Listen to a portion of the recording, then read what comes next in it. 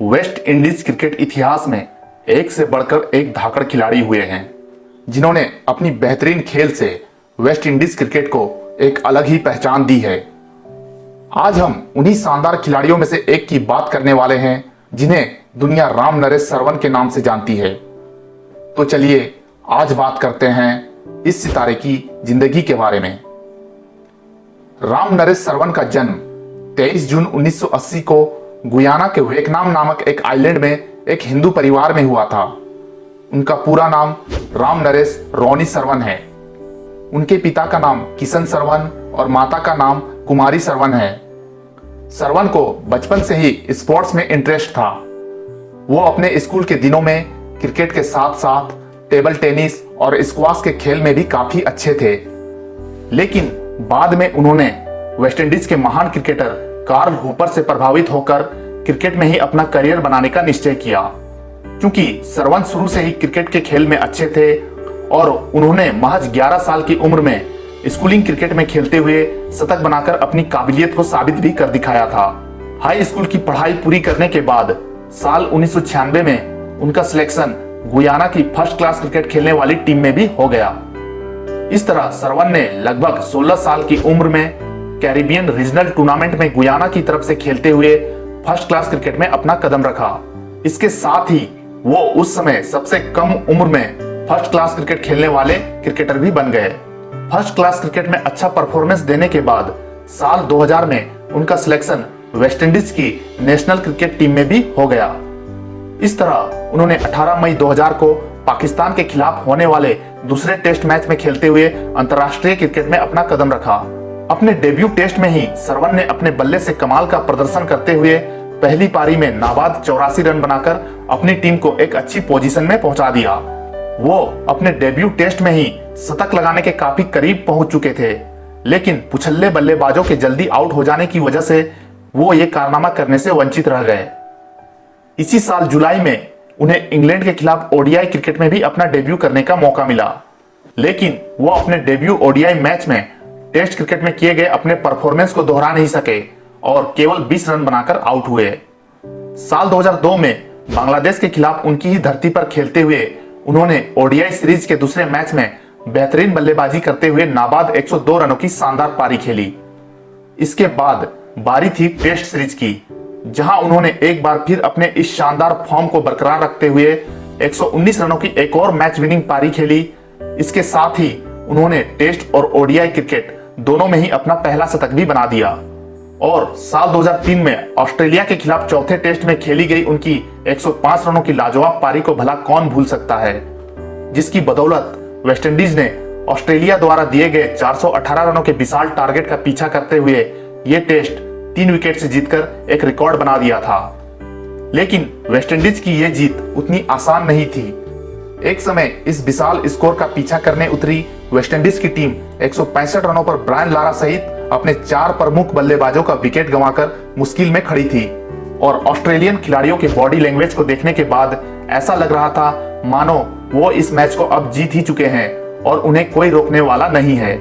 लेकिन उनके इस सपने पर पानी फेर दिया भारतीय मूल के 2 शानदार बल्लेबाजों ने, जिनमें से एक थे रामनरेश सरवन और दूसरे थे वेस्टइंडीज क्रिकेट की दीवार कहे जाने वाले शिवनारायण चंद्रपौल, जिनकी शानदार मैच विनिंग पारियों ने गेम का नक्शा ही बदल दिया। मैच के अंत में अपनी ताकत का दंभ भरने वाली ऑस्ट्रेलियन टीम मुंह लटकाए हुए मैदान के बाहर जा रही थी और वेस्टइंडीज टीम के खेमे में खुशी की लहर थी। इसी मैच के दौरान सरवन जब अच्छी लय में बल्लेबाजी कर रहे थे, तब ऑस्ट्रेलिया के महान तेज गेंदबाज रहे ग्लेन मैग्रा ने सरवन को उकसाने के लिए बहुत ही गलत शब्दों का इस्तेमाल करते हुए स्लेज किया, जिसके बाद सरवन भी कहां चुप बैठने वाले थे। उन्होंने भी तुरंत पलटकर मैग्रा को उनकी वाइफ जेन, जो कि उस वक्त कैंसर से जिंदगी और मौत की लड़ाई लड़ रही थी, के बारे में कहते हुए मैग्रा के स्लेजिंग का जवाब दे दिया, जिससे ग्लेन मैग्रा भड़क उठे और उन्होंने सरवन को चिल्लाते हुए कहा, अगर तुमने मेरी वाइफ के बारे में दोबारा ऐसी बात की तो मैं तुम्हारा गला काट दूंगा। हालांकि मैच के बाद सरवन ने मैग्रा से माफी मांग ली और साथ ही यह भी क्लेरिफाई किया था कि उन्हें वाकई में उनके वाइफ जेन की बीमार होने की खबर नहीं थी। ग्लेन मैग्रा ने भी इसके बाद सरवन को माफ करते हुए कहा था कि मुझे भी इस बात का अफसोस है और मैंने भी बाद में इस बात को रियलाइज किया कि मेरे द्वारा भी लिमिट क्रॉस हो गई थी। इस जीत के साथ ही वेस्टइंडीज ने अब तक के टेस्ट क्रिकेट इतिहास के सबसे बड़े टारगेट को चेज करने का रिकॉर्ड भी अपने नाम किया, जिसे आज तक कोई भी टीम नहीं बीट कर पाई है। ये हार आज भी ऑस्ट्रेलिया के शानदार क्रिकेट इतिहास में एक काले धब्बे की तरह है, जिसे मिटाना कभी भी आसान नहीं होगा। इसके बाद साल 2004 के आईसीसी चैंपियंस ट्रॉफी में उन्होंने एक बार फिर अपने बल्ले की धाक दिखाई और पूरे टूर्नामेंट में शानदार बल्लेबाजी करते हुए वेस्टइंडीज टीम को फाइनल में पहुंचा दिया, जहां वेस्ट इंडीज की टीम एक बहुत ही रोमांचक मुकाबले में इंग्लैंड को 2 विकेट से हराकर पहली बार आईसीसी चैंपियंस ट्रॉफी का खिताब अपने नाम करने में कामयाब रही। सरवन को पूरे टूर्नामेंट में किए गए उनकी बेहतरीन बल्लेबाजी के लिए प्लेयर ऑफ द सीरीज का अवार्ड भी मिला। साल 2006 में भारत के खिलाफ खेले गए तीसरे टेस्ट में भी उन्होंने शानदार 116 रनों की पारी खेली। इसी पारी के दौरान वो मुनाफ पटेल के 1 ओवर की 6 लगातार गेंदों पर 6 चौके लगाकर क्रिस गेल के बाद टेस्ट क्रिकेट में ये कारनामा करने वाले वेस्टइंडीज के केवल दूसरे बल्लेबाज बने। साल 2007 में वेस्टइंडीज की धरती पर ही वर्ल्ड कप खेला जाने वाला था और आईसीसी चैंपियंस ट्रॉफी में किए गए उनके शानदार परफॉर्मेंस की वजह से सभी उम्मीद कर रहे थे कि सरवन इस वर्ल्ड कप में भी अपने इस शानदार फॉर्म को बरकरार रखने में जरूर कामयाब होंगे। सरवन ने भी अपने फैंस को निराश नहीं किया और सभी महत्वपूर्ण मैचों में अपने बल्ले से उपयोगी योगदान दिया। लेकिन इंग्लैंड के खिलाफ बहुत ही अहम मुकाबले में सरवन जल्दी आउट हो गए और गेंदबाजों की अच्छी कोशिश के बावजूद वेस्टइंडीज की टीम ये रोमांचक मैच 1 विकेट से हारकर सेमीफाइनल में पहुंचने से वंचित रह गई। लेकिन सरवन के इस टूर्नामेंट में किए गए परफॉर्मेंस को सभी ने सराहा और वो इस टूर्नामेंट में अपनी उम्दा बल्लेबाजी की बदौलत 375 रन बनाकर वेस्टइंडीज की तरफ से हाईएस्ट रन स्कोरर भी रहे। साल 2009 में इंग्लैंड की टीम वेस्टइंडीज की धरती पर 5 टेस्ट मैचों की सीरीज खेलने के लिए आई। इस सीरीज में तो सरवन पूरी तरह छाए रहे। पहले तो उन्होंने फर्स्ट टेस्ट में 107 रनों की शतकीय पारी खेलकर शानदार शुरुआत की। जैसे जैसे सीरीज आगे बढ़ती गई, सरवन और भी खतरनाक होते चले गए। तीसरे टेस्ट में 94 और 106 रनों की लाजवाब पारी खेलने के बाद उन्होंने चौथे टेस्ट में 291 रनों की एक और शानदार पारी खेली और पूरी दुनिया को बताया कि वो दोनों ही फॉर्मेट्स के कितने काबिल खिलाड़ी है। इतना ही नहीं, सरवन को इस सीरीज में उनकी शानदार बल्लेबाजी के लिए एक बार फिर प्लेयर ऑफ द सीरीज का अवार्ड मिला। लेकिन साल 2011 के वर्ल्ड कप में सरवन अपनी काबिलियत के अनुसार परफॉर्म नहीं कर पाए और उनका प्रदर्शन औसत रहा, जिसकी वजह से वेस्टइंडीज का मिडिल ऑर्डर चरमरा गया और वेस्टइंडीज की टीम एक बार फिर क्वार्टर फाइनल से आगे नहीं बढ़ पाई। इस वर्ल्ड कप के बाद तो जैसे सरवन के परफॉर्मेंस में भी ग्रहण लग गया और वो कभी अपनी खराब फॉर्म के कारण तो कभी वेस्टइंडीज क्रिकेट बोर्ड की खराब राजनीति की वजह से टीम से अंदर बाहर होते रहे। फिर साल 2013 के बाद उन्हें टेस्ट और ओडीआई टीम से अचानक ही हमेशा के लिए ड्रॉप कर दिया गया। फिर भी सरवन उम्मीद कर रहे थे कि उनके घरेलू क्रिकेट में किए गए अच्छे परफॉर्मेंस को ध्यान में रखते हुए वेस्टइंडीज क्रिकेट बोर्ड उन्हें वापसी का एक मौका जरूर देगी। लेकिन वेस्टइंडीज क्रिकेट बोर्ड के इरादे कुछ और ही थे और उन्होंने सरवन की उम्मीदों को पूरी तरह तोड़ते हुए उन्हें अगस्त 2016 तक इंटरनेशनल क्रिकेट में वापसी का कोई मौका नहीं दिया। आखिरकार वेस्टइंडीज क्रिकेट बोर्ड के इस रवैये से दुखी होकर इस प्रतिभाशाली खिलाड़ी ने सितंबर 2016 को अंतरराष्ट्रीय क्रिकेट के सभी प्रारूपों को अलविदा कह दिया।